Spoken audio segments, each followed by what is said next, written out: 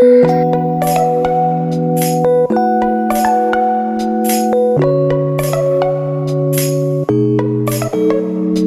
is running absolutely parallel to Darwin's theory of evolution. This is 15,000 years ago. Evolutionary memory is deciding that you only take human form. So he looked at his evolutionary memory and he says, first we were fish. He even mentions this. Unless there is some significant change in the solar system, you cannot evolve physically.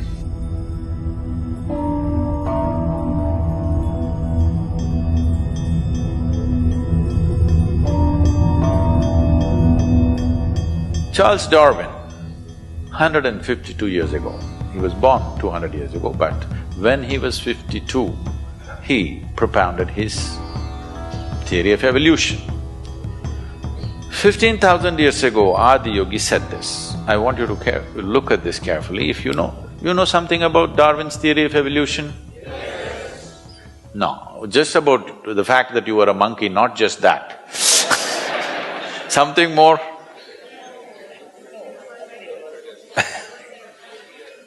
That one knowledge is good, but Adi Yogi said the first form of life on this planet was in water. Well, you have heard about this in so many different ways. People told you there are 9 avatars. Yes? Can you tell me what are the 9 avatars? Matsya avatar? No, don't jump. Kurma avatar? Varaha? No. Narasimha? Vamana? Parashurama? Rama? Krishna? Buddha. 9. Now, you must understand this. Right now, people have started looking at these names as people. Look at them as qualities. First form of life was fish. Darwin also agrees. It was in the water. Second development on the planet is amphibious life, Kurma Avtara. Half in the water, started picnicking on the land. Then many other creatures in between. But the next significant life is mammalian life. Among the mammals, the first one is the boar. Even today, you will see… You have wild boar in Rajasthan? Oh. Wild boar or a pig is the most physical animal of all the animals you will find. In the sense, it is so strongly rooted in its body that even, if people go to hunt a wild boar or something, you can't kill it easily. Where we are next to the rainforest. There are tribal villages. These boys who go to school, I'm talking about 10, 12-year-old boys, when they're coming back, if they see a deer, they will take sticks, they'll just pick up sticks somewhere, attack the deer and kill it. I'm saying school boys with a stick. That's how other mammals are made. You also, one knock on your head, you'll fall dead. But this is not the way a wild boar is. It doesn't die easily because it's so rooted in its physicality. Even today, if you see somebody overly physical, you say he is like a pig. No? Because pig represents excessive physicality. So the first mammal he is describing is a boar or a pig. What is next? Narasimha, half man, half animal. Next is Vamana, a dwarfed man. Next is a full-fledged man who is Parashurama but emotionally volatile. So volatile, he lopped off his own mother's head. Next is Rama, a peaceful man. Next is Krishna, a loving man. Next is Buddha, a meditative man. Next is supposed to be a mystical man. Everybody's claiming it's me, it's me, it's me. You need to understand, these are not people. Those people are representative of those qualities that we are talking about. So, life evolved like this. This is running, believe me, this is running absolutely parallel to Darwin's theory of evolution.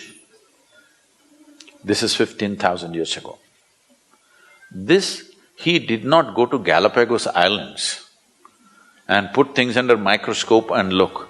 He sat there with his eyes closed and saw that if you go deep enough into this, there is an evolutionary memory in this.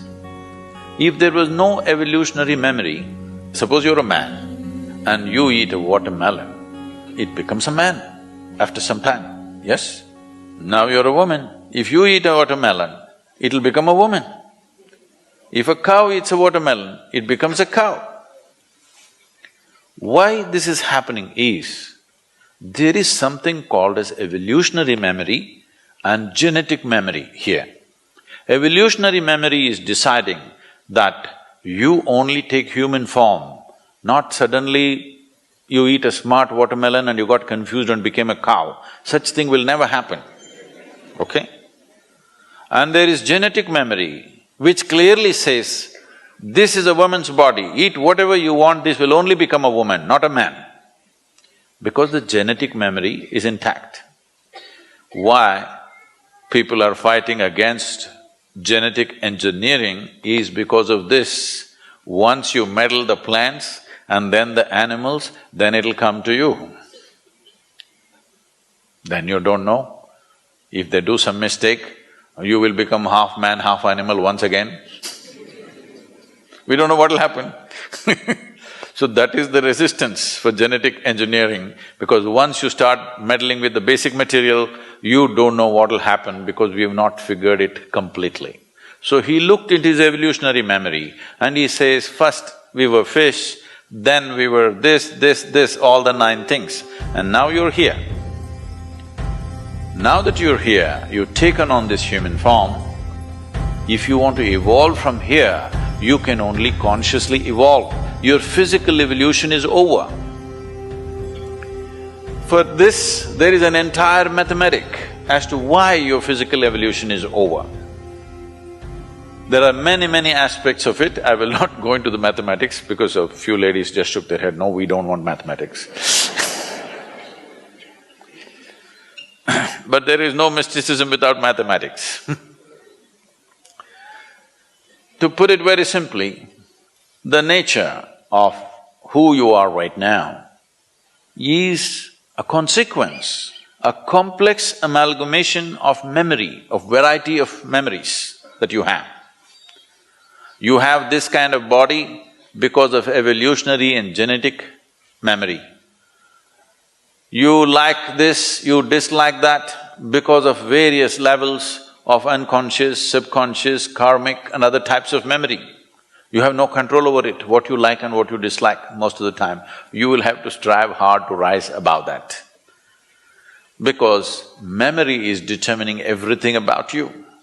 So, when we say evolution, in a way we are talking about the play of memory and the building of experience and growing into various levels. So he is saying if you're willing to strive, you can transcend everything that limits you. Only thing is, your physical body is not designed to change anymore, because with this solar system, he even mentions this, unless there is some significant change in the solar system, you cannot evolve physically.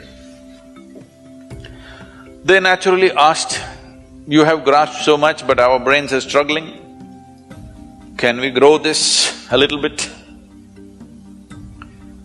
He said no, in a different way, but today modern neuroscientists are saying this. Your brain consumes 20% of the energy generated in this body. Though it is only this much, I'm sorry, am I showing too small? Okay. Though it is only this much and it is lightweight because mostly it's air. In spite of that, it consumes 20% of the energy generated in your body. The rest of the body, so much, consumes remaining 80%. So if you want to increase your intelligence, whatever, if you increase the size of the brain, the amount of power needed for that, body cannot provide. So you cannot increase the size of your brain. Another way of making this happen is, you can pack more neurons into the same size.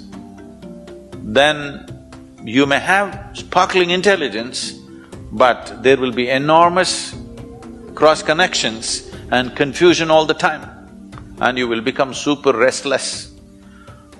Some of you may have children like this at home. They're super restless, they're intelligent, but they're all over the place because too many neurons are packed in their brain. Now immediately you take them to a doctor, they will give them one of the three alphabets, ADD, ADY, XYZ, something something, MNOP. No, you should not start medication. What you need to do is, if you have a child like that, you must take time, make them walk in the nature, take them for 3-day trek in the desert, go and swim somewhere, expose them to nature and lots of physical activity. The body will manage itself, it will eliminate the extra neurons that are there and come to its own balance. If you medicate, you must understand any medicine that you take has no intelligence to go to a specific place, it goes everywhere. They can't just dull some part of the brain, they'll dull the whole brain and the whole body. You'll destroy a child's life very early simply because somebody is eager to give pharmaceuticals. Anyway, so he offered this dimension that if you're willing to strive, you can transcend all limitations. Whatever the limits nature has set for us, every one of those things can be crossed if only you're willing to strive. This is what Adiyogi conveyed to them and then started giving out methods how to transcend their present limitations. People just believe this is how we are, even now, right? This is how we are. No, no, no, this is not how you are. Unfortunately, this is how you made yourself to be. But you can also make yourself to be more and more and more in many different ways. Have you seen in the same day, sometimes you're wonderful, sometimes you're horrible? Hello? Yes. Lot of horrible people.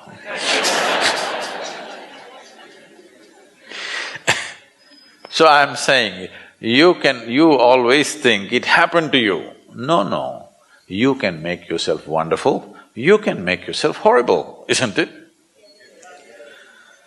So you can be in limitations, you can be beyond limitations. So for the first time he brought this to humanity, and then he spoke about how every creature on this planet has evolved beyond its own limitations with striving over a period of time. Or in other words, he propounded the theory of evolution 15,000 years ago.